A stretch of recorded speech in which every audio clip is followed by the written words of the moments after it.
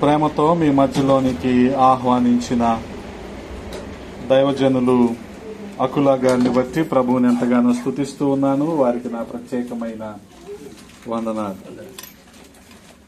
హల్లెలూయా. మంచిది, చాలా సంతోషం.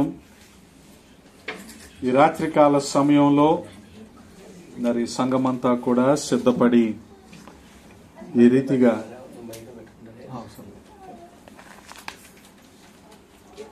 ఈ రీతిగా సంపూర్ణ రాత్రి ప్రార్థనలో ప్రభు కృప కొరకు కనిపెడుతూ ఉన్న సందర్భం చాలా మంచిది. నేటి ధ్యానము కొరకు ఒక మాటను చదువుకుందాం.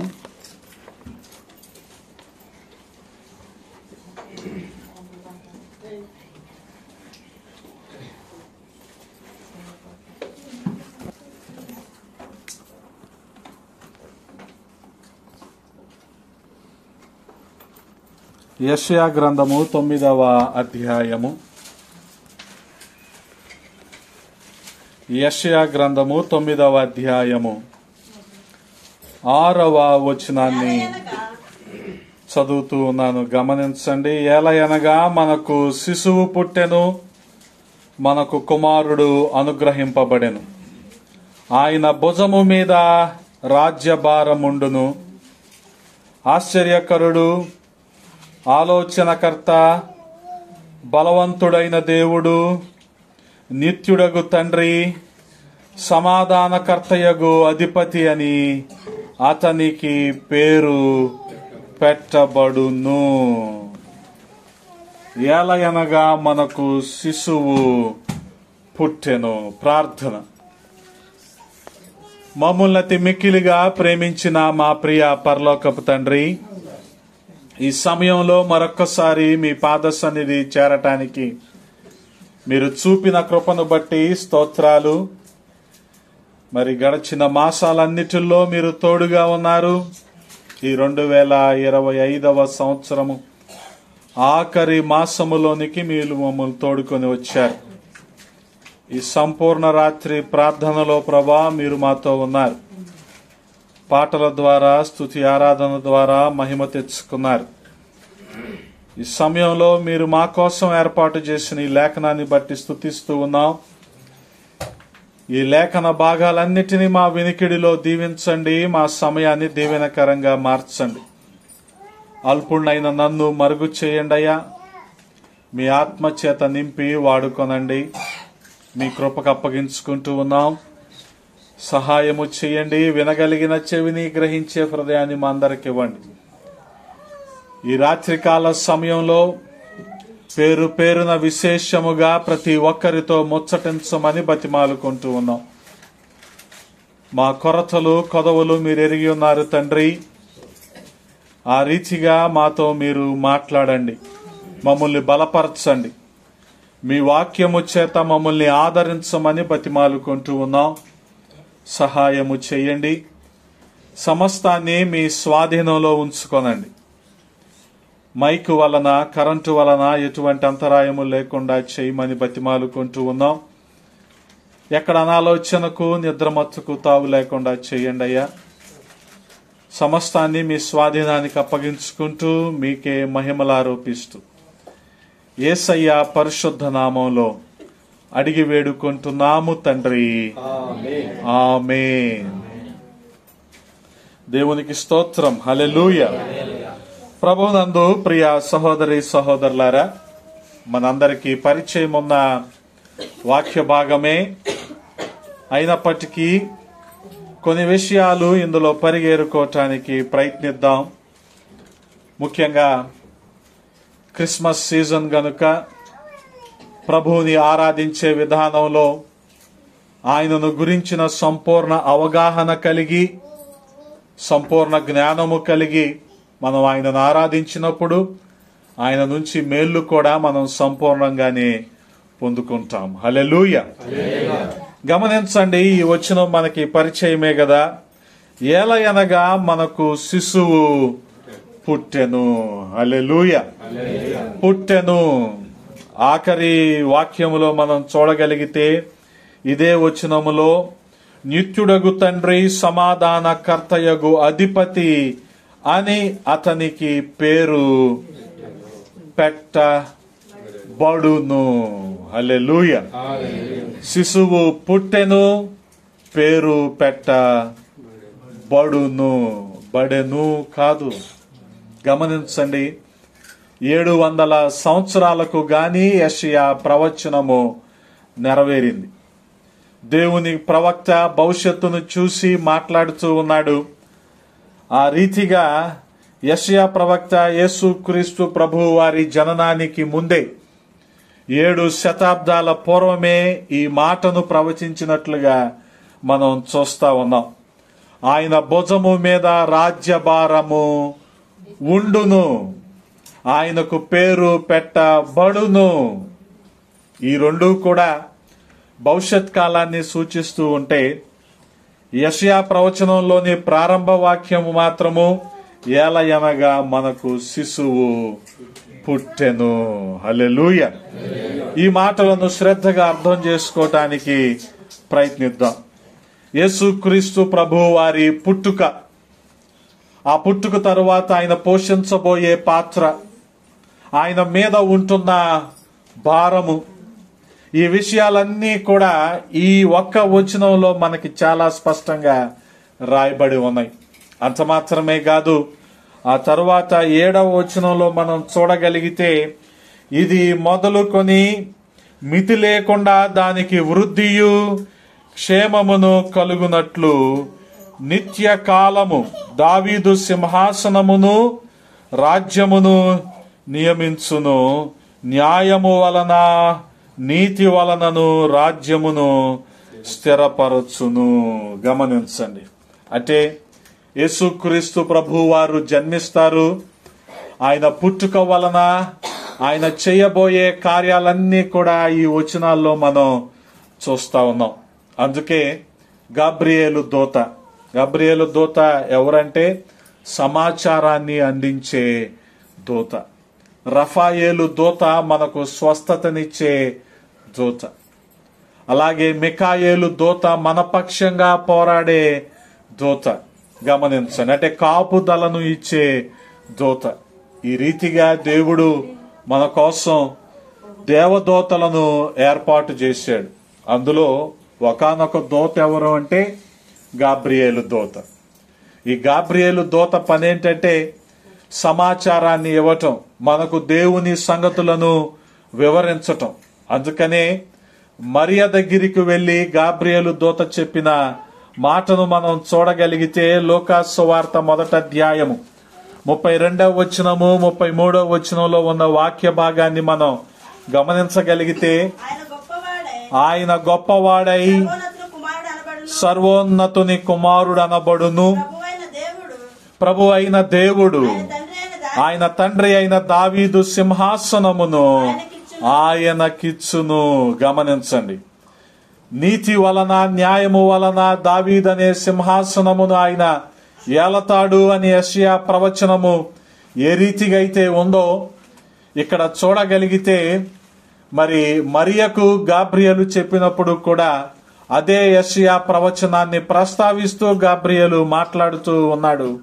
గమనించండి, ఆయన గొప్పవాడై సర్వోన్నతుని కుమారుడు అనబడును, ప్రభు అయిన దేవుడు ఆయన తండ్రి అయిన దావీదు సింహాసనమును ఆయనకిచ్చును, ఆయన యాకోబు వంశస్థులను యుగ యుగములు ఏలును.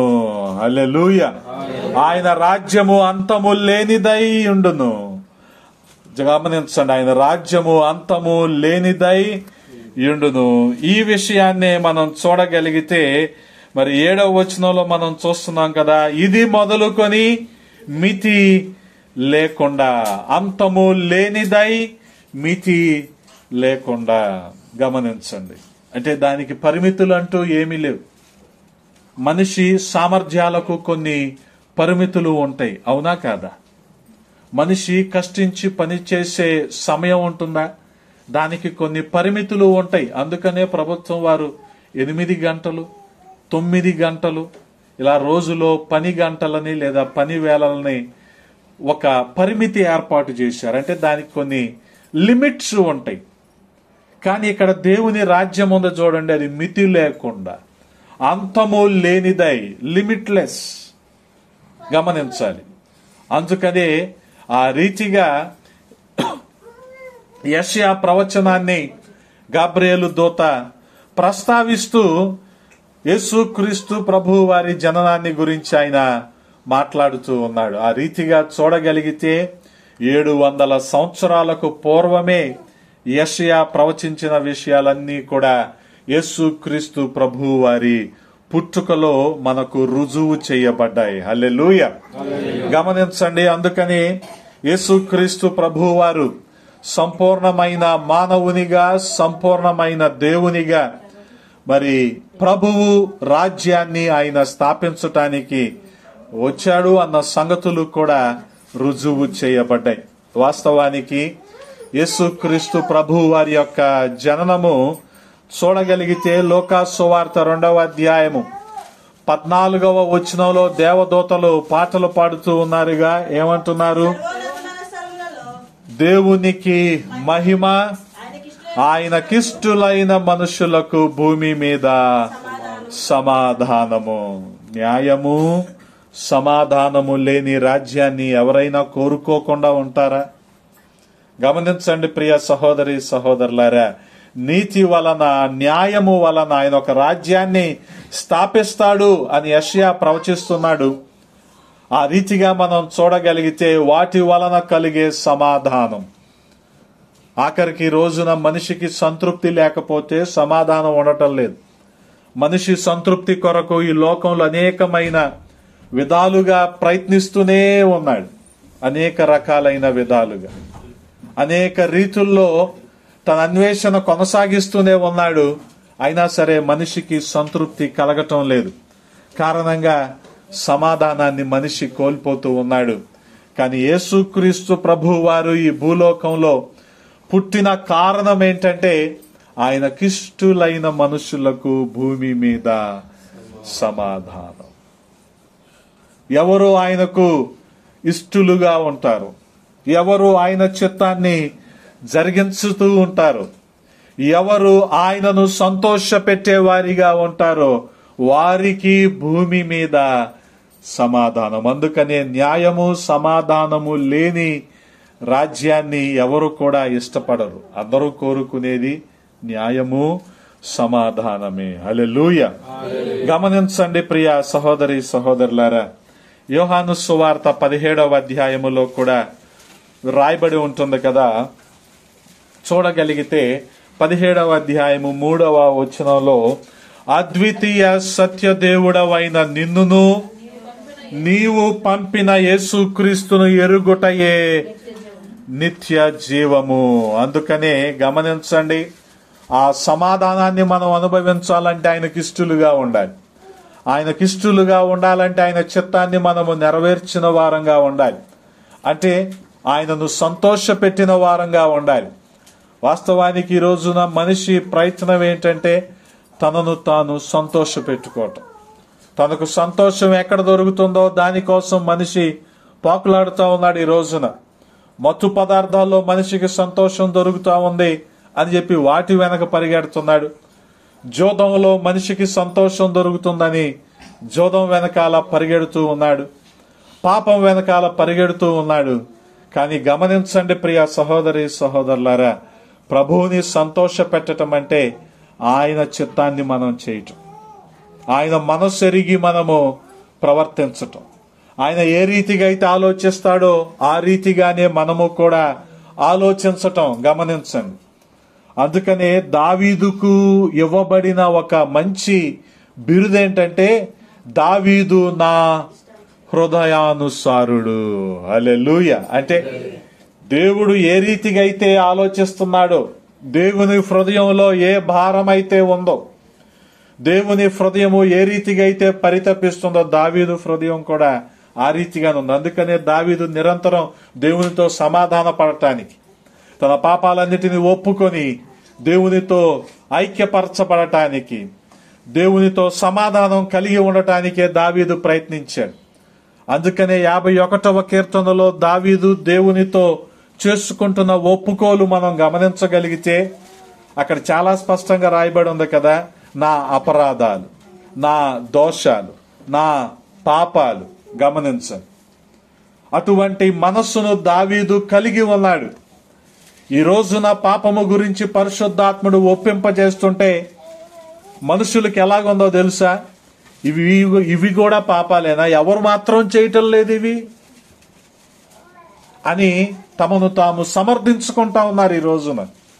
కానీ పరిశుద్ధాత్ముడు ఒప్పింపజేసినప్పుడు, వాటిని మనం ఒప్పుకొని వాటిని విడిచిపెట్టినప్పుడు దేవుని కృపను పొందుకుంటాము అన్నదానికి దావీదు గొప్ప ఉదాహరణగా మనకు కనబడుతూ ఉన్నాడు.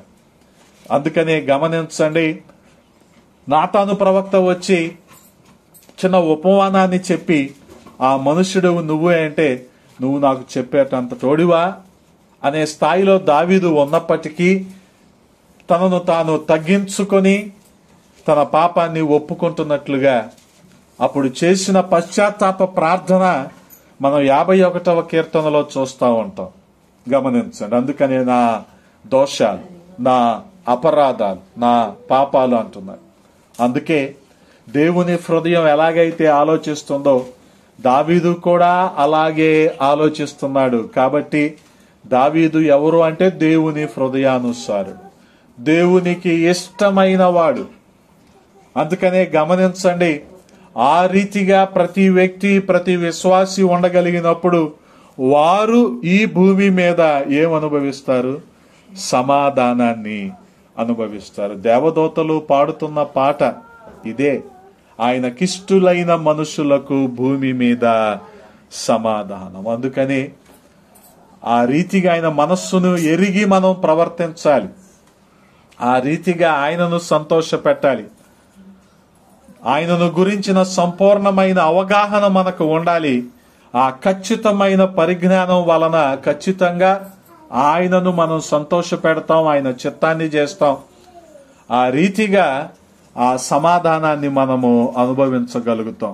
అందుకనే ఈ 2 వచనాలు 9వ అధ్యాయములో ఉన్న 6వ వచనము 7వ వచనంలో యేసుక్రీస్తు ప్రభువు వారి పుట్టుక, అలాగే ఆయన మీద ఉన్న బాధ్యతలు చాలా స్పష్టంగా మనకి కనబడుతూ ఉన్నాయి.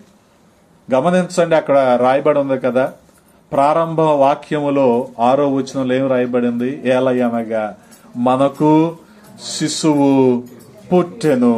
హల్లెలూయా, శిశువు పుట్టెను. గమనించండి, నిరీక్షణ ద్వారా రాబోయే సంగతులను ముందుగానే చూశాడు యెషయా ప్రవక్త. అందుకని అంటున్నాడు పుట్టెను, పుట్టేశాడని మాట్లాడుతున్నాడు. ఇంతకు ఈ శిశువు పుట్టడం ద్వారా మనకి కలిగే లాభాలు ఏంటంటే గమనించండి, ఈ శిశువు పుట్టి మనల్ని బ్రతికించటానికి వచ్చాడు. హల్లెలూయా, మనుషులను ఈ శిశువు బ్రతికించటానికే పుట్టాడు. గమనించండి, ఒక మనిషి పుట్టాడంటే దేవుని యొక్క అత్యున్నతమైన ప్రణాళిక ఆ మనిషి పట్ల ఖచ్చితంగా ఉంటది. ఇతరులు దాన్ని గమనించినా గమనించకపోయినా, ఇతరులు దాన్ని పరిశీలించి తెలుసుకోలేకపోయినా, ప్రతి వ్యక్తి పట్ల దేవునికి ఒక గొప్ప ప్రణాళిక అయితే ఉంది. గమనించండి, మన చేతిలో ఏదైనా పనిముట్టు ఉంది, అది దేనికోసం అంటే పలానా పని చేయటం కోసం. ఇప్పుడు ఇది దేనికోసం? రాయటం కోసం. అంటే దీని ఉద్దేశం రాయటం కోసం. ఎందుకు తయారు చేశాడు మనిషి దీన్ని అంటే రాయటం కోసమే తయారు చేశాడు. అలాగే ప్రభువుని మహిమపరచటం కోసమే మనిషి తయారు చేయబడ్డాడు లేదా సృష్టించబడ్డాడు. అంటే గమనించండి, దేవునికి ఒక ఉద్దేశము ఉంది, దేవునికి ఒక ప్రణాళిక ఉంది. అందుకనే ఒక వ్యక్తి ఎప్పుడు ఆటలు ఆడతానే ఉన్నాడు అనుకోండి, ఇప్పుడంటే ఆ రిటైనింగ్ వాల్ కట్టారు కానీ అంతకుముందు అది లేదు కదా. లేనప్పుడు మన వాళ్ళందరూ ఏం చేసేవాళ్ళు? పొద్దున్నే ఇసుకలో, ఆ తరంలో మీరు లేరా? మన వాళ్ళందరూ ఏం చేసేవాళ్ళు? వెళ్ళి ఆడుకునేవాళ్ళే. నాకు ఈ ప్రాంతంలో స్నేహితుడు ఉన్నాడు, ఇప్పుడు ఇక్కడ ఉండట్లేదు కానీ ఎక్కడ నందిగామ వెళ్ళిపోయాడు.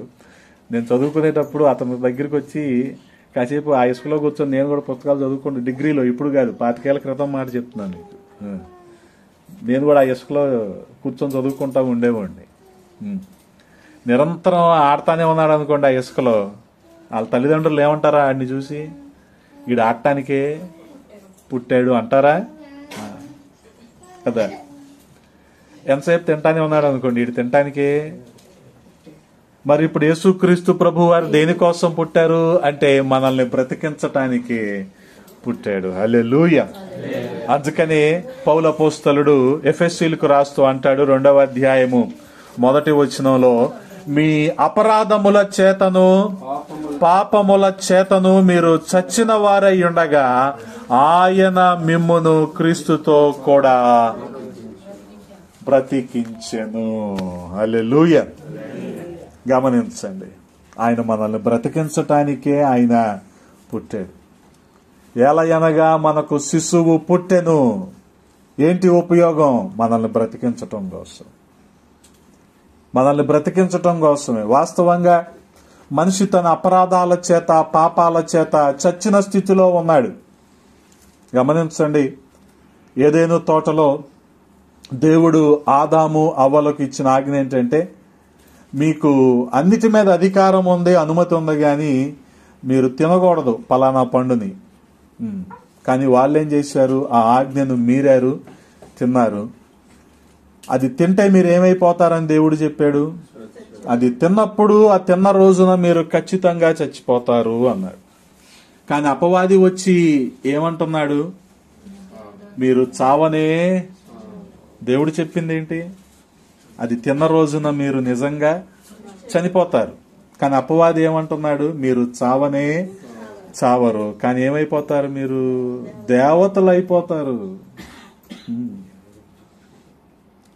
లోకం ఇచ్చే ప్రలోభాలు కూడా అలాగే ఉంటాయి. కానీ ఎప్పుడైతే ఆదాము అవ్వలో తినకూడదన్న పండుని తిన్నారో, ఆజ్ఞను మీరారో, వారి ఆత్మలో చనిపోయారు. భౌతికంగా చనిపోకపోవచ్చు, కానీ ఏమైపోయారు? ఆత్మలో చనిపోయారు. దేవుని సన్నిధికి సూచనగా ఉన్న ఆ ఏదేను తోట, అందులో నుంచి వాళ్ళు తోలివేయబడ్డారు. దేవునితో సహవాసానికి సూచనగా ఉన్న ఆయన ప్రతిరోజు కూడా వచ్చి వారితో చల్లపోట సాయంకాలం వేళ వారితో మాట్లాడేవాడంట. ఈ సహవాసాన్ని వాళ్ళు పోగొట్టుకున్నారు. గమనించండి, ఆ రీతిగా చూడగలిగితే మన అపరాధాల చేత మన పాపాల చేత మనం ఏ రీతిగా ఉన్నాం? చచ్చిన స్థితిలో ఉన్నాం. కానీ క్రీస్తు మనల్ని బ్రతికించాడు. హల్లెలూయా. అందుకని ఆ తర్వాత 4వ వచనంలో మనం చూడగలిగితే, ఆయనను దేవుడు కరుణా సంపన్నుడయ్యుండి మనము మన అపరాధముల చేత చచ్చిన వారమై ఉండినప్పుడు సైతము మన ఎడల చూపిన తన మహాప్రేమ చేత మనలను క్రీస్తుతో కూడా బ్రతికించెను. హల్లెలూయా. గమనించండి, ఎందుకు పుట్టాడు ఈ శిశువు అంటే మనల్ని బ్రతికించటానికి పుట్టాడు. మన పాపాల నుంచి మనల్ని, ఆ చచ్చిన స్థితిలో నుంచి మనల్ని బ్రతికించటానికి ఆయన పుట్టాడు. మన అపరాధాల కారణంగా మనం చచ్చిన స్థితిలో ఉన్నాం. ఆ పరిస్థితుల్లో నుంచి మనల్ని యేసుక్రీస్తు ప్రభువు వారు బ్రతికించారు. హల్లెలూయా. అందుకనే మనం చూడగలిగితే ఈ శిశువు ఎందుకు పుట్టాడంటే కుమారునిగా రావటం కోసమే ఆయన పుట్టాడు. గమనించండి, అక్కడ 9వ అధ్యాయము 6వ వచనంలోనే రాయబడి ఉందిగా, ఏలయనగా మనకు శిశువు పుట్టెను, మనకు కుమారుడు అనుగ్రహింపబడెను. కుమారుడు అనుగ్రహింపబడెను. గమనించండి, అంటే ఇక్కడ యేసుక్రీస్తు ప్రభు వారి యొక్క మరి మానవత్వము లేదా ఆయన సంపూర్ణమైన మానవుడు అన్నదానికి ఈ మాట మనకు సూచనగా కనిపిస్తూ ఉంది.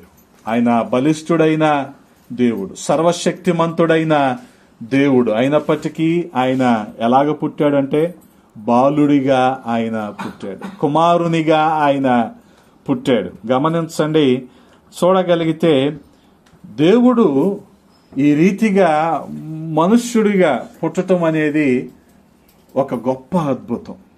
ఒక గొప్ప అద్భుతం. గమనించండి, చాలా కాలం క్రితం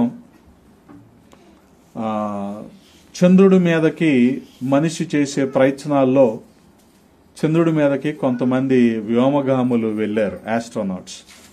అందులో ఒక వ్యక్తి చేసిన పని ఏంటంటే చంద్రుడి మీద ఒక చిన్న జీపు లాంటి దాన్ని తోలాడు.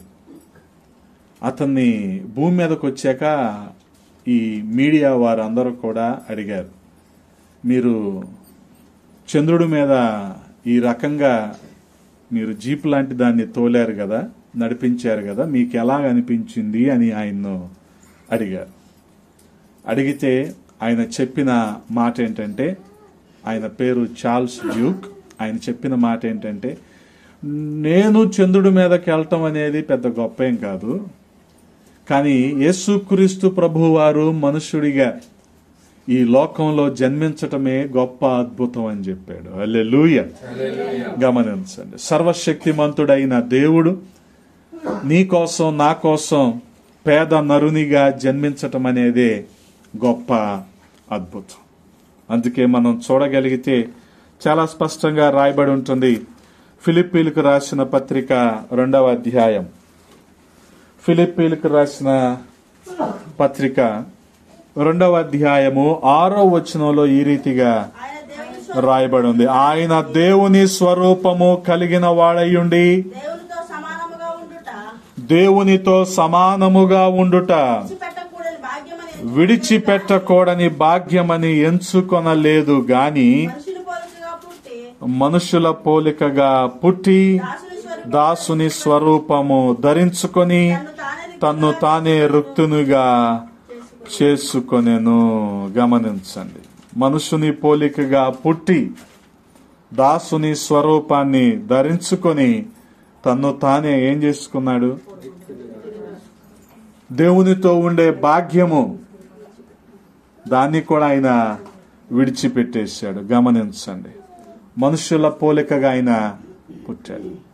మనకే ఒక చిన్నపాటి ఆధిక్యత వచ్చిందనుకోండి, ఇక దాన్ని బట్టి ఇక మనల్ని ఎవరో ఆపలేరుగా. ఒక 5 సంవత్సరాలు మీ డివిజన్కి కార్పొరేటర్గా ఉండే అవకాశం మీకు వస్తే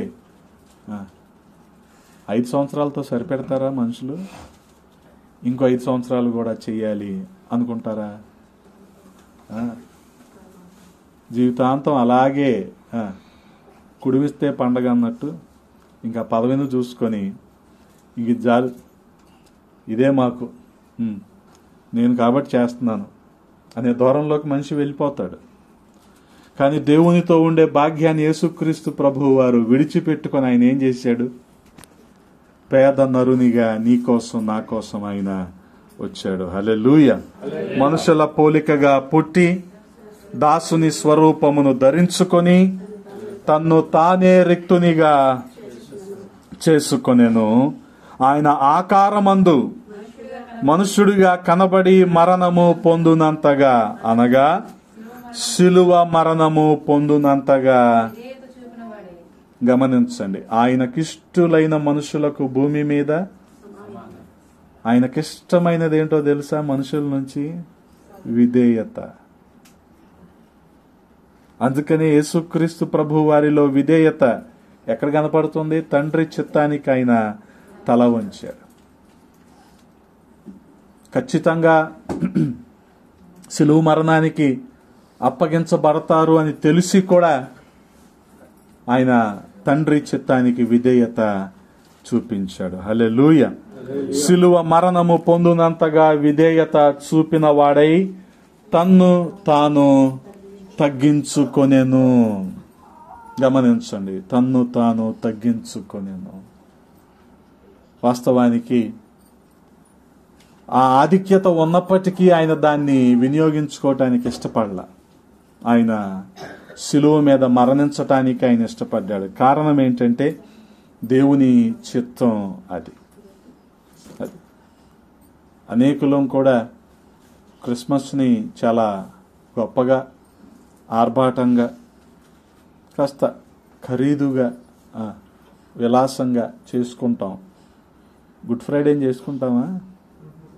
ఆ రోజు ఎక్కడ లేని తగ్గింపు వచ్చేస్తుంది. క్రిస్మస్కి కొత్త బట్టలు వేసుకుంటాం, గుడ్ ఫ్రైడేకి వేసుకుంటామా? ఎతికి మరీ పాతవి కట్టుకొని వస్తాం.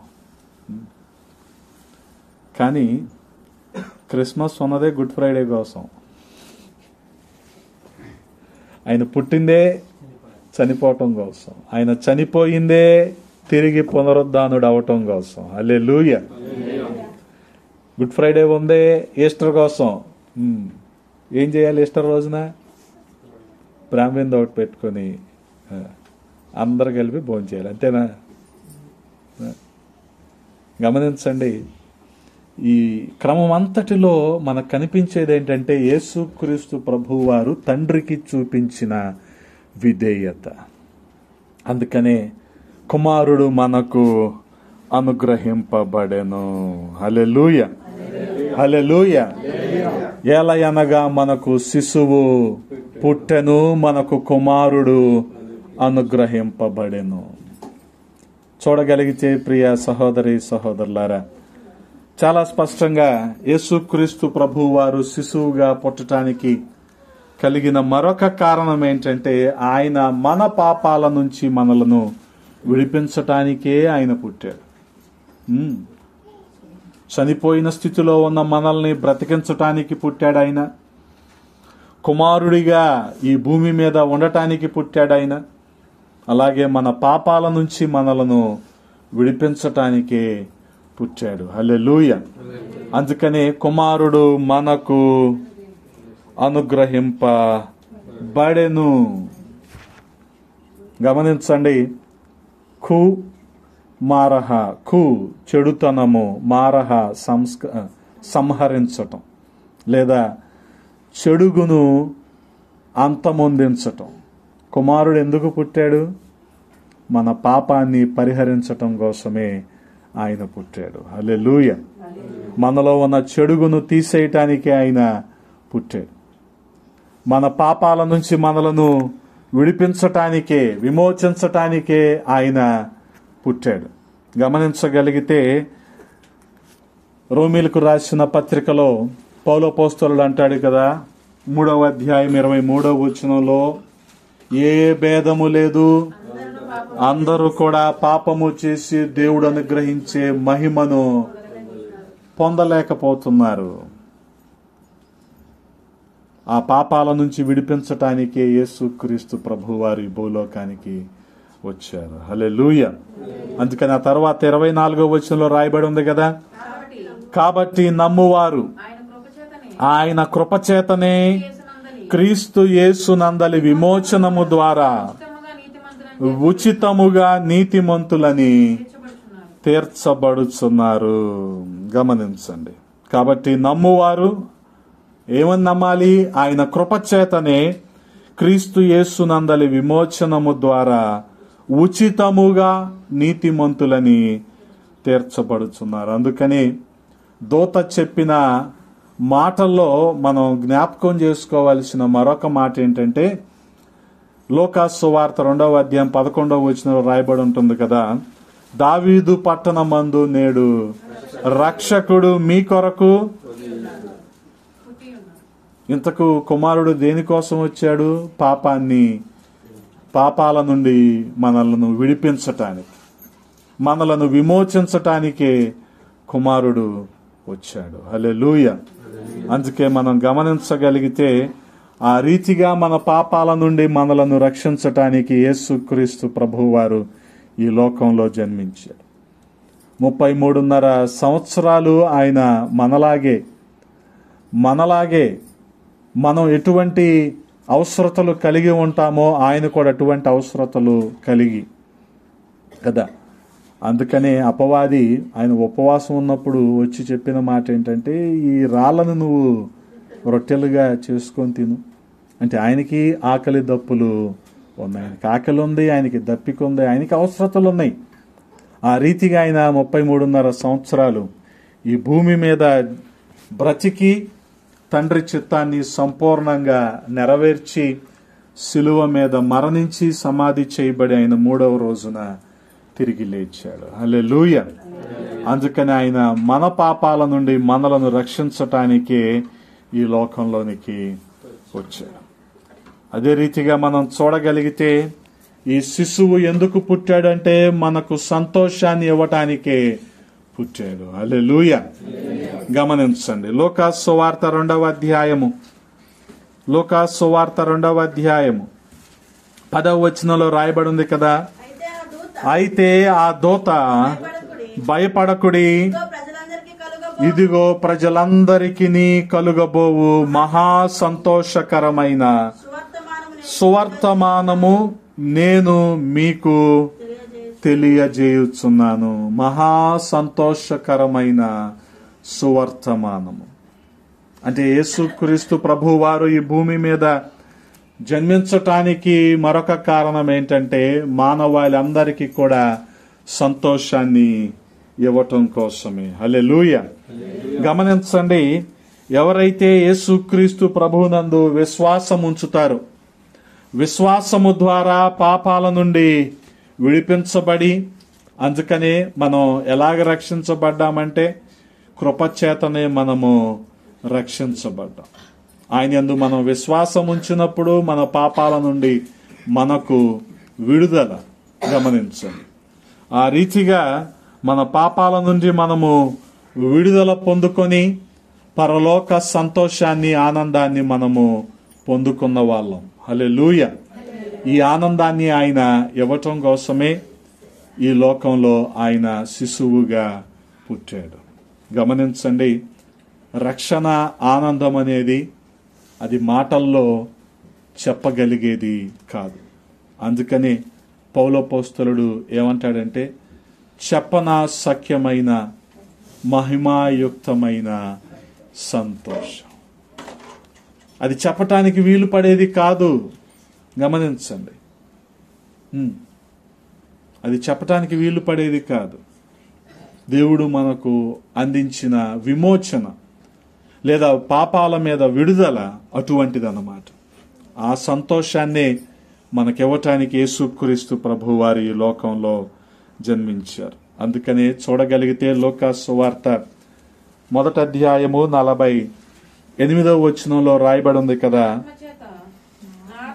నా ఆత్మ నా రక్షకుడైన దేవుని యందు ఆనందించెను.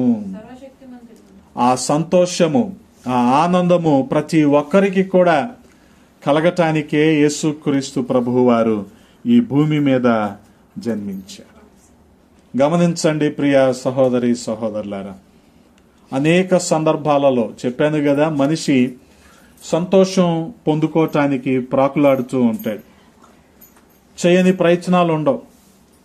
అనేక రీతులుగా ఆ సంతోషం పొందుకోవాలని ఈ లోకంలో పరుగులెడుతూ ఉంటాడు. కానీ నిజమైన సంతోషము, నిజమైన ఆనందము ఎక్కడ ఉందంటే దేవునిలోనే ఉంది. హల్లెలూయా. మనం అనుకుంటాం కడుపు నిండుగా ఉంటే ఆనందం, సంతోషం అనుకుంటాం. కానీ మరలా కొన్ని గంటల తర్వాత కడుపు ఖాళీ అవుద్దిగా, మళ్ళీ ఆకలి అవుద్దిగా. అప్పుడేంటి పరిస్థితి? జేబు నిండుగా ఉంటే సంతోషం, ఆనందం అనుకుంటాం మనం. కానీ ఒక నెల తర్వాత అయినా జేబు ఖాళీ అవుద్దిగా. అప్పుడేంటి పరిస్థితి? కానీ దేవుడిచ్చే ఆనందము, దేవుడిచ్చే సంతోషము అటువంటిది కాదు. అటువంటిది కాదు. ఎటువంటిది అంటే, ఎప్పుడైతే మనిషి తన పాపాల నుండి విడిపించబడి, విమోచించబడి, విడుదల పొందుకొని తను కలిగిన పరిస్థితిని బట్టి సంతోషిస్తాడో, దేవుడిచ్చే సంతోషము అటువంటిది. లోకమిచ్చే సంతోషము లాంటిది కానే కాదు. అందుకనే ఆయన పుట్టడం అనేది ఈ లోకమంతటికీ కలుగబోయే మహా సంతోషకరమైన సువర్తమానంగా ఉంది. గమనించండి. అందుకే ప్రియ సహోదరి సహోదరులారా, ఇంకా మందిరానికి వస్తూ సహవాసంలో కొనసాగుతూ కూడా రక్షణానుభవం లేకపోతే ఈ రాత్రికాల సమయంలో వారి వారి పాపాలను వారు ఒప్పుకోవటం ద్వారా, ప్రభువునందు విశ్వసించటం ద్వారా వారు రక్షణ పొందుకుంటారు. ఆ రక్షణ సంతోషాన్ని, ఆ పరలోకపు ఆనందాన్ని వాళ్ళు అనుభవిస్తారు. గమనించండి. అందుకని మనకు సంతోషాన్ని కలిగించటం కోసమే, మనకు ఆనందాన్ని ఇవ్వటం కోసమే యేసుక్రీస్తు ప్రభువు వారు ఈ లోకంలో శిశువుగా ఆయన జన్మించారు. మరొక విషయాన్ని మనం చూడగలిగితే, ఎందుకు ఈ శిశువు మన కోసము పుట్టాడు అంటే ఈ లోకాన్ని వెలుగుతో నింపటానికి, ఈ లోకానికి వెలుగు ఇవ్వటానికి ఆయన పుట్టాడు. హల్లెలూయా. ఎందుకు స్టార్ పెట్టుకుంటాం అంటే మేము క్రైస్తవులమే అని చెప్పుకోవటం కోసమా? స్టార్ పెడితే ఏమొస్తుంది? అందులో లైటింగ్ ఉంటుందా? ఆ వెలుతురు అనేకులకి ఏం చెప్తుంది? దేవుని యొక్క వెలుగును గుర్తు చేస్తూ ఉంది. దేవుని యొక్క వెలుగు. అందుకనే యేసుక్రీస్తు ప్రభువు వారు ఈ లోకంలో పరిచర్య చేసిన రోజుల్లో గమనించగలిగితే, నేను ఈ లోకానికి వెలుగును అన్నాడు ఆయన. వెలుగు అది ఉంటేనే మనం దారి చూడగలము, దారి మనకు కనబడుతుంది. అందుకే కీర్తనాకారుడు కూడా అంటాడు కదా, 119వ కీర్తన 105వ చరణంలో, నీ వాక్యము నా పాదములకు దీపము, నా త్రోవకు వెలుగై ఉంది. గమనించండి, నా త్రోవకు వెలుగు. నేను ఎటు నడవాలి, ఎటు నడవకూడదు, ఎలా రావాలి, ఎలాగా రాకూడదు, ఏం చెయ్యాలి, ఏం చేయకూడదు, ఇది దేవుని వెలుగులో మాత్రమే మనము నేర్చుకోగలం. అది కూడా దావీదు మహారాజు ఏమంటున్నాడు? ఏంటంట ఆ వెలుగు? దేవుని వాక్యము. అందుకే ఈ శిశువు ఎందుకు పుట్టాడు అంటే ఆ వాక్యము శరీరధారిగా మన మధ్యలోనికి వచ్చింది. హల్లెలూయా. ఆ వాక్యమై ఉన్న దేవుడు శరీరధారిగా రక్త మాంసాలతో మన మధ్యలోకి ఆయన వచ్చాడు. మన మధ్యలో ఆయన ఉన్నాడు. 33.5 సంవత్సరాలు ఆయన ఈ లోకంలో జీవించాడు. ఇదేదో పుక్కిట పురాణం కానే కాదు, ఇదేదో కల్పించుకున్న కథలు కానే కాదు, చరిత్ర చెప్తున్న సత్యాలు. ఆయన జీవించాడన్న దానికి ఇంకా రుజువులు, ఆధారాలు అనేకం మనకి చరిత్రలో కనబడుతూనే ఉన్నాయి. ఈ లోకానికి వెలుగివ్వటానికే యేసుక్రీస్తు ప్రభువు వారు వచ్చారు. ఆ వాక్యము ఎలాగైతే మన త్రోవకు వెలుగు అయ్యుంటుందో, ఆ వెలుగైన దేవుడే, వాక్యమే అయ్యున్న దేవుడు శరీరధారిగా మన మధ్యలోనికి ఆయన వచ్చారు. ఆ రీతిగా గమనించగలిగితే ప్రియ సహోదరి సహోదరులారా, సాతాను ప్రతి ఒక్కరిని కూడా అంధకారంలో ఉంచేశాడు. ఏదో ఒక ప్రలోభానికి లోబర్చుకొని వారిని ఈ లోకమంటున్న అంధకారంలోకి ఉంచేశాడు. వాటిల్లో ఆ అంధకారంలో ప్రతి వ్యక్తిని కూడా, ముఖ్యంగా లోకమంతటిని కూడా బంధించేసి ఉంచేశాడు. గమనించగలిగితే యేసుక్రీస్తు ప్రభువు వారు ఆ అంధకారం నుంచి విడిపించటానికే వచ్చాడు. హల్లెలూయా, హల్లెలూయా. అందుకనే మనం చదువుకున్న యెషయా గ్రంథము 9వ అధ్యాయం 2వ వచనంలో రాయబడి ఉంది కదా, చీకటిలో నడుచు జనులు గొప్ప వెలుగును చూచుచున్నారు. ఆ వాక్యము శరీరధారిగా వచ్చి గలిలయ ప్రాంతాల్లో సంచరించినప్పుడు చీకటిలో ఉన్నవారు చేసిన పని ఏంటంటే గొప్ప వెలుగును వాళ్ళు చూశారు. గొప్ప వెలుగు. గమనించండి. అందుకనే చూసిన వారు సైతం ఆశ్చర్యపోయారు. ఈయన పలానా వారి కుమారుడు కాదా, ఈయన పలానా వారి సోదరుడు కాదా అని ఆశ్చర్యం వ్యక్తం చేశారు. ఇక ఆ గొప్ప వెలుగును చూశాక వాళ్ళు కూడా నిర్ధారించుకున్నారు, ఈయనే సర్వోన్నతుడైన దేవుని కుమారుడు అని. గమనించండి, సమాధుల్లో సరిగ్గా వస్త్రాలు కూడా లేకుండా దయ్యాలు పట్టి ఉన్న ఒక వ్యక్తి యేసుక్రీస్తు ప్రభువు వారిని చూసిన వెంటనే అన్న మాట ఏంటి? వాడికి అర్థమైంది. వాడు బంధకాల్లో ఉన్నా సరే వాడికి అర్థమైపోయింది ఆయన ఎవరో. ఆ గొప్ప వెలుగేంటో ఆయనకు అర్థమైపోయింది. అందుకనే చీకటిలో నడుచు జనులు గొప్ప వెలుగును చూచుచున్నారు, మరణ ఛాయ గల దేశ నివాసుల మీద వెలుగు ప్రకాశించును. గమనించండి, అటువంటి వెలుగును మనకివ్వటానికి యేసుక్రీస్తు ప్రభువు వారు ఈ లోకంలోనికి వచ్చారు కదా. రాత్రిపూట ఆ చలిలో గొర్రెలను కాసుకుంటున్న గొర్రెల కాపరి దగ్గరికి ఆ వెలుగు వచ్చింది. మనం చూడగలిగితే 2వ అధ్యాయము, లూకాసు సువార్త 2వ అధ్యాయం, లూకాసు సువార్త 2వ అధ్యాయం 9వ వచనంలో రాయబడి ఉంది కదా, ప్రభువు దూత వారి యొద్దకు వచ్చి నిలిచెను, ప్రభువు మహిమ వారి చుట్టూ. ఆ వెలుగు ప్రకాశించినప్పుడు వారందరూ కూడా ఏమైపోయారు? భయపడిపోయారు. గమనించండి, కారణం ఏంటంటే అంతకు మునుపు ఎప్పుడు కూడా అటువంటి వెలుగుని వాళ్ళు చూసి ఉండలేదు. చీకటిలో నడిచే లోకం అది గొప్ప వెలుగుని ఇప్పుడు చూసింది.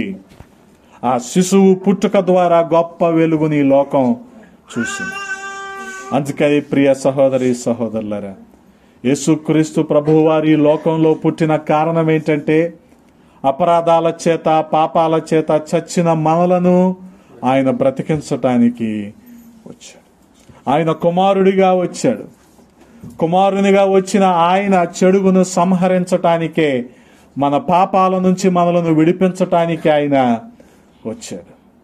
ఆ రీతిగా ఆయన వెలుగుగా మన మధ్యలో ఆయన సంచరించాడు. ఆ వాక్యమైన ఆయన శరీరధారిగా మన మధ్యలో వచ్చినట్లుగా మనం చూస్తా ఉన్నాం. ఎప్పుడైతే వాక్యానుసారంగా మనం నడుచుకుంటామో ఆ రీతిగా ఉన్నప్పుడే మనకు సంతోషము. ఆ పాపాల నుంచి విడుదల పొందుకున్నప్పుడే మనకు పరలోక ఆనందము. అది ఇవ్వటానికే యేసుక్రీస్తు ప్రభువు వారు ఈ లోకానికి వచ్చారు. హల్లెలూయా. అందుకే లూకాసు సువార్త 2వ అధ్యాయం 30వ వచనంలో రాయబడి ఉంది కదా, అన్యజనులకు నిన్ను బయలుపరచుటకు వెలుగుగాను, నీ ప్రజలైన ఇశ్రాయేలుకు మహిమగాను. ఆయన ఏ రీతిగా వచ్చాడు? వెలుగుగాను, ఇశ్రాయేలు ప్రజలకు మహిమగాను. అందుకే మనం గమనించగలిగితే ప్రభువు మహిమ ఎవరి చుట్టూ ప్రకాశించింది? గొర్రెల కాపర్ల చుట్టూ ప్రకాశించింది. ఆ వెలుగుకు వాళ్ళు ఏమైపోయారు? మిక్కిలి భయపడిపోయారు. అందుకే యేసుక్రీస్తు ప్రభువు వారు వెలుగుగా ఈ లోకంలోనికి వచ్చాడు. అంత మాత్రమే కాదు, గమనించండి, ఆయన ఆ శిశువుగా పుట్టిన యేసుక్రీస్తు ప్రభువు వారు ఈ లోకాన్ని రాజుగా ఏలటానికే వచ్చారు. హల్లెలూయా.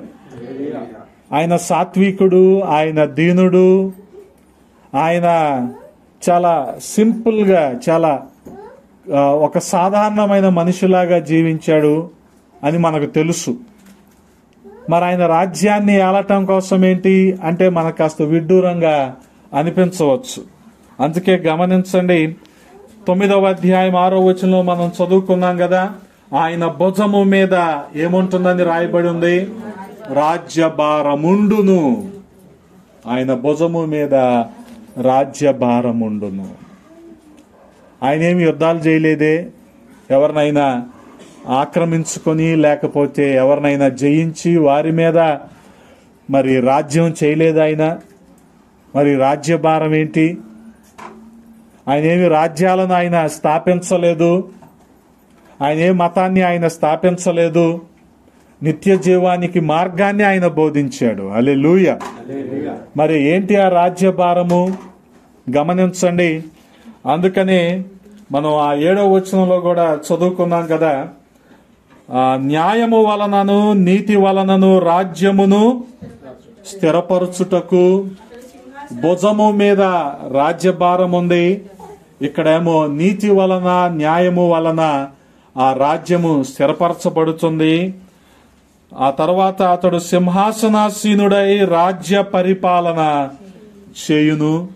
రాజ్యము స్థాపించబడటం, స్థిరపరచబడటం, భుజం మీద రాజ్యభారం ఉండటం, రాజ్య పరిపాలన చేయటం, ఇవన్నీ కాస్త వింతగా మనకు అనిపించవచ్చు. కారణం ఏంటంటే ఆయన ఏ రోజును కూడా రాజ్యం గురించో అధికారం గురించో ఆయన మాట్లాడలేదు.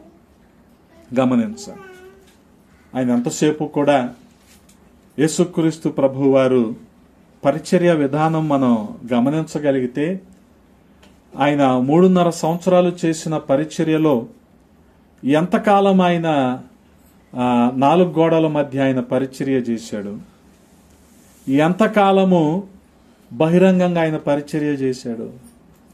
4 గోడల మధ్య చేసిన పరిచర్య చాలా కొద్ది సందర్భాలే మనకి కనబడతా ఉంటాయి.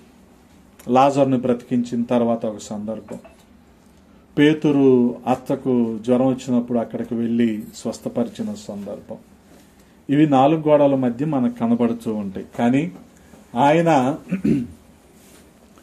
బహిరంగంగానే ఎక్కువ కాలం ఆయన పరిచర్య చేశారు. గమనించండి, ఇది చాలా ప్రాముఖ్యమైనది. ఈ పరిచర్య చేయటం ద్వారా ఆయన ఏమైనా రాజ్యాన్ని ఆయన స్థాపించాడంటే లేదుగా. దావీదుకు కూడా ఇవ్వబడిన వాగ్దానం ఏంటంటే, ఈ సింహాసనము నీ తరాల తర్వాత కూడా దీన్ని నీ మనుషులు అనుభవిస్తారు. కానీ గమనించగలిగితే దావీదు తర్వాత సొలొమోను మహారాజు, సొలొమోను తర్వాత రెహబాము తర్వాత ఇశ్రాయేలు రాజ్యము 2గా విభజించబడిపోయింది. ఐక్య ఇశ్రాయేలు అనబడిన 12 గోత్రాలతో కూడిన రాజ్యము 2గా, ఉత్తర ఇశ్రాయేలుగా, దక్షిణ ఇశ్రాయేలుగా విభజించబడిపోయింది. అంటే 10 గోత్రాలు ఉత్తర ఇశ్రాయేలుగా, యోధా గోత్రంతో కలుపుకున్న 2 గోత్రాలు దక్షిణ ఇశ్రాయేలుగా విడిపోయినాయి. ఇంకా రాజ్యం ఎక్కడ స్థిరంగా ఉంది? రాజ్యం ఎక్కడ స్థిరంగా ఉంది? ఆలోచించండి. లేదు కదా. దావీదు సంతానం ఎవరు కూడా ఆ రీతిగా లేరు కదా. అందుకే మనం చూడగలిగితే ఆదాము మొదలుకొని అబ్రహాము వరకు కూడా 14 తరాలు మనం చూస్తూ ఉంటాం. మత్తయి సువార్త 1వ అధ్యాయములో ఆ తరాల గురించిన వంశావళి మనం చదువుకున్నప్పుడు ఆదాము నుంచి అబ్రహాము వరకు 14 తరాలు మనం చూస్తాం. అలాగే అబ్రహాము మొదలుకొని దావీదు మహారాజు వరకు మరొక 14 తరాలు మనం చూస్తూ ఉంటాం. అలాగే దావీదు మహారాజు మొదలుకొని యేసుక్రీస్తు ప్రభువు వారి పుట్టుక వరకు కూడా మరొక 14 తరాలు మనం చూస్తాం. ఇలాగా 14 42 తరాలు మనం చూస్తూ ఉంటాం. ఆ తరువాత యేసుక్రీస్తు ప్రభువు వారు పుట్టారు.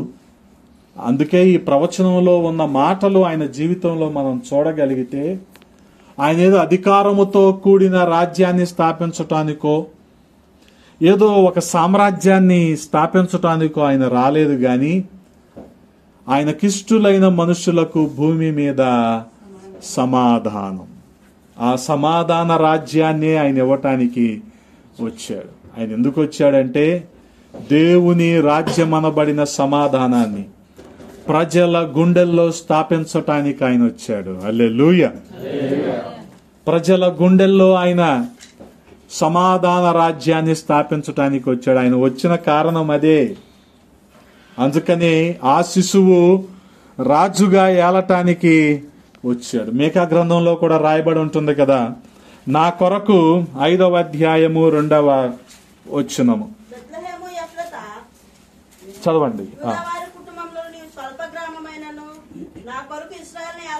నా కొరకు ఇశ్రాయేలీయులను ఏలబోవు వాడు నీలో నుండి వచ్చును. అందుకే ఆయన యోధా గోత్రంలో పుట్టిన మహారాజు. హల్లెలూయా. ఏంటి ఆయన స్థాపించిన రాజ్యం అంటే? నీతి రాజ్యము, శాంతి సమాధానాలతో కూడిన రాజ్యము. ఎక్కడ? ప్రజల గుండెల్లో. ఇది లేకేగా మనుషులకు అలజడి. ఈ రోజున ఈ శాంతి హృదయంలో లేకేగా కుటుంబంలో అశాంతి. ఈ సమాధానము హృదయంలో ఏలుబడి చేయకేగా కుటుంబంలో సమాజంలో అసమాధానము. వాటిని ఇవ్వటానికే యేసుక్రీస్తు ప్రభువు వారు వచ్చారు. గమనించండి. అందుకని ఆ శిశువు పెరిగి యూదులకు రాజుగా, ప్రపంచానికే రారాజుగా ఉండటానికి ఆయన వచ్చాడు. అందుకని 9వ అధ్యాయము 7వ వచనంలో మనం చదువుకుంటున్నాం కదా, ఇది మొదలుకొని మితి లేకుండా దానికి వృద్ధియు క్షేమమును కలుగునట్లు సర్వకాలము దావీదు సింహాసనమును రాజ్యమును నియమించును.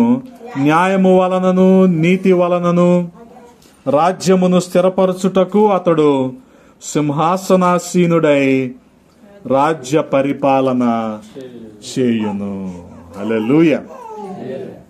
శిశువు ఎందుకు పుట్టాడు అంటే రాజ్య పరిపాలన చేయటానికే పుట్టాడు. మన హృదయాలను ఏలటానికి ఆయన పుట్టాడు. మన హృదయాలను సమాధానముతో ఉంచటానికే ఆయన పుట్టాడు. అదే రీతిగా మనం చూడగలిగితే ఆయన మనకు తోడుగా ఉండటానికి, అంతము వరకు కూడా మనకు తోడుగా ఉండి మనల్ని నడిపించటానికి ఆయన పుట్టాడు. గమనించండి, మత్తయి సువార్త 1వ అధ్యాయం, మత్తయి సువార్త 1వ అధ్యాయము 22వ వచనం. ఇదిగో కన్యక గర్భవతి అయి కుమారుని కనును, ఆయనకు ఇమ్మానుయేలను పేరు పెట్టుదురు అని ప్రభువు తన ప్రవక్త ద్వారా పలికిన మాట నెరవేరునట్లు ఇదంతయు జరిగెను. ఇమ్మానుయేలను పేరునకు భాషాంతరమున దేవుడు మనకు తోడని అర్థము. దేవుడు మనకు తోడు. గమనించండి, చిన్నపాటి కష్టం వస్తే అసలు దేవుడు ఉన్నాడా అని మనుషులు ప్రశ్నిస్తున్న రోజులు ఇవి. అంటే అంతటి అవిశ్వాసంలోనికి మనుషులు వెళ్ళిపోయారు. దేవుడు ఉన్నాడా ఉంటే ఇవన్నీ మాకే ఎందుకు జరుగుతున్నాయి? గిద్యోను కూడా అదే ఆలోచనలోకి వెళ్ళిపోయాడు. దేవుడు ఇశ్రాయేలీయులకు తోడుగా ఉన్నాడా? అసలు దేవుడు ఇశ్రాయేలీయులకు తోడుగా ఉంటే మేమెందుకు మిద్యానీయుల చేతి కింద బానిసలుగా ఉండిపోతాం?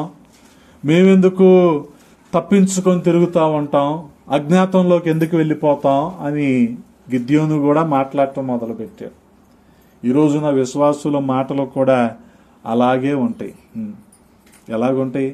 అన్నీ పూర్తిగా అనుభవించి అన్నీ కూడా వారి జేబు నిండా డబ్బులు, కంటి నిండా నిద్ర, కడుపు నిండా తిండి ఉంటేనే ఆయన దేవుడు అనే ఆలోచనలోకి మనుషులు వెళ్ళిపోయారు. గమనించండి, ఏవి ఉన్నా లేకపోయినా ఆయన దేవుడే. హల్లెలూయా. ఆయన మనకు తోడుగా ఉన్నాడు. వాస్తవానికి దానియేలుని సింహబోనులో వేసినప్పుడు అవైతే ఏం చేయాలి? దానియేలుని చంపేయాలి. అందులోనూ అవి ఎటువంటి సింహాలంటే ఆకలిగా ఉన్న సింహాలు. కానీ అవి చంపలేదు. కారణం ఏంటో తెలుసా? దానియేలు వారికి ఒక సింహంలాగా కనిపించాడు. ఏ జంతువైనా సరే తన స్వజాతి జంతువుని ఏమీ హాని చెయ్యదు. దానియేలు కూడా ఆ సింహాలకు ఎలా కనిపించాడు? ఒక సింహంలాగానే కనిపించాడు. అందుకనే దానియేలుని ఆ సింహాలు ఏమీ చేయలేదు. గమనించండి. ఆ రీతిగా మనం చూడగలిగితే దేవుడు దానియేలుకు ఆ రోజున తోడుగా ఉన్నాడు. దానియేలు అనుకోలేదే, దేవుడు నాకు తోడుగా ఉంటే నేనెందుకు వచ్చి ఇక్కడ పడ్డాను అని. షడ్రకు, మేషాకు, అబేద్నెగోలు కూడా అగ్నిగుండంలో వెళ్ళినప్పుడు, అగ్నిగుండంలో వారిని వేసేసినప్పుడు వారిని విసరటానికి వెళ్ళిన వారు కూడా కాలిపోయారు. గాని వీళ్ళకే హాని కలగలేదుగా. కారణం ఏమంటారు? దేవుడు వారికి తోడుగా ఉన్నాడు. వారికి ఉన్న విశ్వాసాన్ని మనం గమనించగలిగితే, మా దేవుడు మమ్మల్ని రక్షించటానికి సమర్థుడు.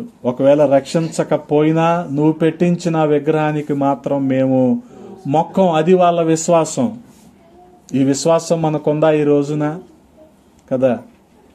ఏ పథకాల కోసం దేవుణ్ణి విడిచిపెట్టేస్తున్నామేమో, ఏ లోకపరమైన రాయితీల కోసం, ఇహలోకపరమైన ప్రయోజనాల కోసం, బంధుమిత్రులతో స్నేహం కోసం దేవుణ్ణి విడిచిపెట్టేసి భక్తిలో రాజీ పడిపోతున్నామేమో. ఒక మాట జ్ఞాపకం చేసుకోండి, దేవుడు మనకు తోడుగా ఉన్నాడు. హల్లెలూయా. మనం అనుకోవచ్చు, వీరందరిని బట్టి నేను ఒక రోజున మంచి స్థానంలో ఉంటాను, నా కుటుంబాన్ని బట్టి నేను ఒక రోజున ఉన్నతమైన పదవిలో ఉంటానని మనం అనుకోవచ్చు. కానీ దేవుడు తోడు లేకుండా ఇవన్నీ కూడా శూన్యమే. గమనించండి, దానియేలు సింహబోనులో వేయబడే సమయానికి దానియేలు ఎవరు అంటే ఆ దేశానికి ప్రధానమంత్రి. తన అధికారం అందులోకి వెళ్లకుండా అతన్ని ఆపగలిగిందా? మరేంటి, మనం అనుకుంటాం పలానా పరిచయాలు, పలానా హోదా, పలానా ఇది, వీటిని బట్టే నేను ఇదయ్యా. చాలామంది ఈ రోజున దేవుడు మనకి కృప చూపించి ఇంకా ఆయుష్ను పొడిగించి 2020 తర్వాత కూడా ఉండేలాగా చేశాడు దేవుడు. 2020లో ఏమొచ్చింది? కూడా ఆ తర్వాత కూడా మనం ఉన్నామంటే మనతో ఇప్పుడు ఎవరున్నారు? దేవుడు మనకు తోడు. హల్లెలూయా. గమనించండి, దేవుడు మరొక అవకాశం ఇచ్చాడు మనకి. మన మీద అవిశ్వాసంలోకి వెళ్ళిపోతామనో, మన మీద ఆయన్ని విడిచిపెట్టి మానవ ప్రయత్నాలను బట్టి అతిశయించి ఆయనకు దూరస్తులు అయిపోతామనో, సహవాసాన్ని విడిచిపెడతామో అని దేవుడు మనకి ఈ ఆధిక్యత ఇవ్వలేదు. ఆయన మనకు తోడుగా ఉన్నాడని ఆయన రుజువు చేసుకున్నాడు. అందును బట్టి మనము ఆయనను స్తుతించాలి, ఆయన సహవాసంలో మనం కొనసాగాలి. మరి ముఖ్యంగా దేవుని విషయంలో మనం యథార్థవంతులుగా, నమ్మకస్తులుగా ఉండాలి. హల్లెలూయా. గమనించండి, ఆ శిశువుకు పెట్టబడిన పేరేంటంటే ఇమ్మానుయేలు. ఇమ్మానుయేలు అనే మాటకు భాషాంతరంలో ఏమర్థం? దేవుడు మనకు తోడు. ఆయన మనకు తోడు. ఏ సందర్భంలోనైనా సరే, ఏ పరిస్థితుల్లోనైనా సరే ఆయన మనకు తోడు. ఒకవేళ మనము అనుకున్నది అనుకున్నట్టుగా జరగలేదా, ప్రభువుకు అప్పగించుకోవటమే. బహుశా దేవుని చిత్తం కాదేమో ఇది అని.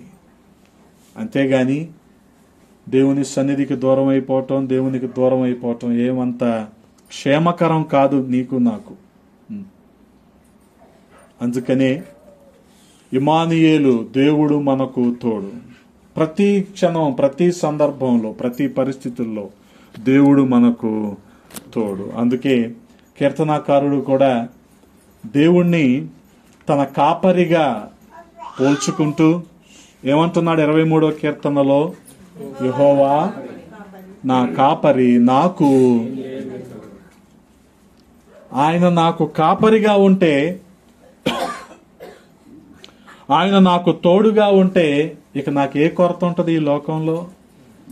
దేవుడు ఏది ఏ సమయానికి ఎంత పరిమాణంలో అవసరమో అది దేవుడు ఇవ్వటానికి సమర్థుడు. గమనించండి, అది ఇవ్వటానికి ఆయన సమర్థుడు.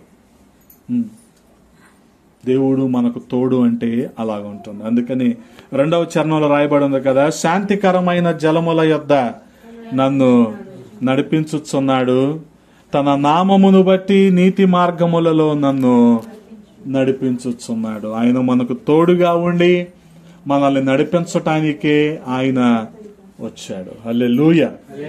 అందుకే గమనించండి ప్రియ సహోదరి సహోదరులారా, చూడగలిగితే ఆయన శిశువుగా ఎందుకు పుట్టాడు అంటే, ఎందుకు పుట్టాడు? ఆయన శిశువుగా ఎందుకు పుట్టాడు?